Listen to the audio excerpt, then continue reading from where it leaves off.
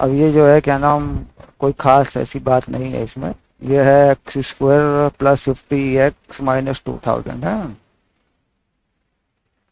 55 x plus में और minus 2000, ये नंबर है ना। अब ये जो ये 2000 है, दैट विल बी कि 2000 को लिखोगे कैसे, अगर लिखना चाहो, अगर फैक्टर में ही करना चाहो तो कैसे लिखोगे 2000 को।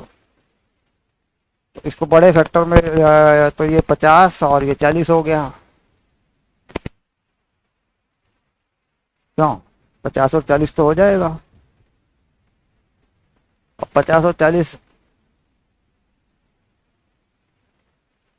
हम्म, हाँ आ जा, कोई बात नहीं।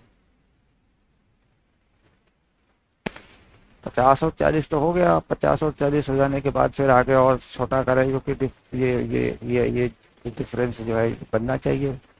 50 को बढ़ाएं, 40 को कम करें, उसके बाद फिर तोड़ें इसको थोड़ा सा, 10 इंटू 5 इंटू 8 इंटू 5, तो ये हो गया 80, और ये हो गया 25, ऐसे बन गया ये।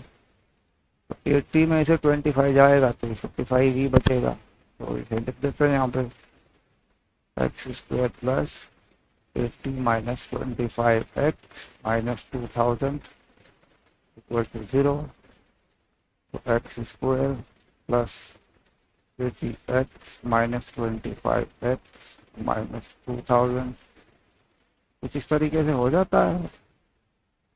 ये वाला तरीका तो ऐसे लगेगा अगर फैक्टर हो रहे हैं, मान लीजिए फैक्टर नहीं हो रहे हैं, हाँ, तो देखो ये ऐसे मिलाता है, 2000 50 40 तो हो ही जाते हैं।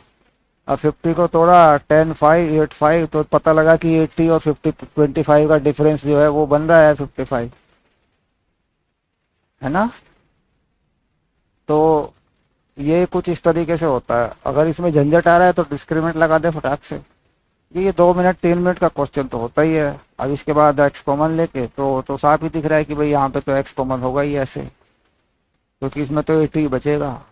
हम्म, तो आगे क्या कॉमन लेगा ताकि 80 बचे, तो 25 कॉमन ले ले, 80 25 है ही है।